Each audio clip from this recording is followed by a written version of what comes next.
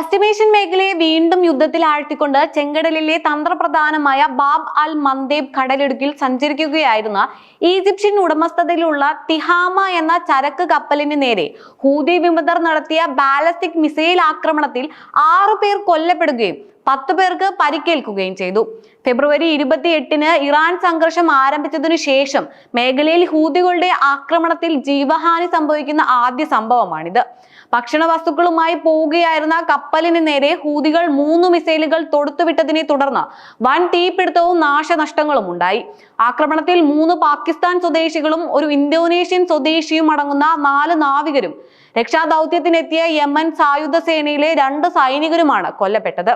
അപകട സ്ഥലത്ത് യമനി സൈനികരും കോസ്റ്റ് ഗാർഡും രക്ഷാപ്രവർത്തനം നടത്തുന്നതിനിടെ ഹൂതികൾ 4മതൊരു മിസൈൽ കൂടി തൊടുത്തുവിട്ടതായി യമൻ ഗതാഗത മന്ത്രാലയം വ്യക്തമാക്കി. രക്ഷാപ്രവർത്തനം തടസ്സപ്പെടുത്താനും കൂടുതൽ ജീവഹാനി വരുത്താനുമുള്ള മനഃപൂർവ്വമായ ശ്രമമാണിതെന്ന് ഭരണകൂടം കുറ്റപ്പെടുത്തിയെങ്കിലും സൈനിക ഉപകരണങ്ങൾ വഹിച്ചുകൊണ്ട് സൗദി അറേബ്യയിലേക്ക് നീങ്ങുകയായിരുന്ന കപ്പലിനെയാണ് തങ്ങൾ ലക്ഷ്യമിട്ടതെന്നാണ് ഹൂതി വക്താക്കളുടെ വിശദീകരണം.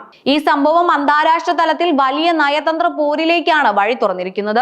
ഇറാനിനെതിരെയുള്ള ഉപരോധം ലംഘിച്ച് മുന്നോട്ടു പോകാൻ ശ്രമിച്ച പനാമ പതാക ഘടിപ്പിച്ച കപ്പൽ US സെൻട്രൽ കമാൻഡ് തടഞ്ഞതിന് പിന്നാലെ ഹോർമൂസ് കടലിടുക്കിലെ ഉപരോധം നീക്കാൻ അമേരിക്ക മരവിപ്പിച്ചു വെച്ചിരുന്ന ഇറാന്റെ ബാങ്ക് ആസ്തികൾ വിട്ടു നൽകണമെന്ന് ഇറാന്റെ national security council secretary Mohsin റസായി ആവശ്യപ്പെട്ടു.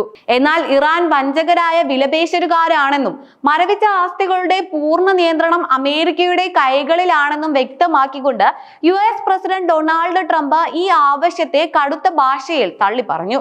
പ്രതിസന്ധി കൂടുതൽ സങ്കീർണമായ പശ്ചാത്തലത്തിൽ മധ്യസ്ഥ ശ്രമങ്ങൾക്കായി പാകിസ്ഥാൻ ആഭ്യന്തരമന്ത്രി മോസിൻ നഖ്വി ടെഹ്റാനിൽ എത്തിയപ്പോൾ മറുവശത്ത് തെക്കൻ ലെബനോണിൽ ഇസ്രായേൽ ആക്രമണം കടുപ്പിക്കുകയാണ്. എങ്കിലും ലെബനോൺ ഇസ്രായേൽ പ്രതിസന്ധികൾ തമ്മിലുള്ള 8ാം റൗണ്ട് സമാധാന ചർച്ചകൾ സെപ്റ്റംബർ ആദ്യവാരം റോമിൽ വെച്ച് നടക്കുമെന്ന് US സ്റ്റേറ്റ് ഡിപ്പാർട്ട്മെന്റ് അറിയിച്ചിട്ടുണ്ട്. അന്താരാഷ്ട്ര കപ്പൽ ഗതാഗതത്തിനും വ്യാപാരത്തിനും കടുത്ത ഭീഷണി ഉയർത്തുന്ന ഈ ആക്രമണം ആഗോള എണ്ണവില വർധനവിനും നിത്യോപയോഗ സാധനങ്ങളുടെ വിലക്കയറ്റത്തിനും വഴിവെക്കുമെന്നും യമനിലെ സാധാരണക്കാർക്കുള്ള അവശ്യ വസ്തുക്കളുടെ ലഭ്യത തടസ്സപ്പെടുത്തുമെന്നും അന്താരാഷ്ട്ര സംഘടനകൾ ആശങ്ക പ്രകടിപ്പിക്കുന്നു.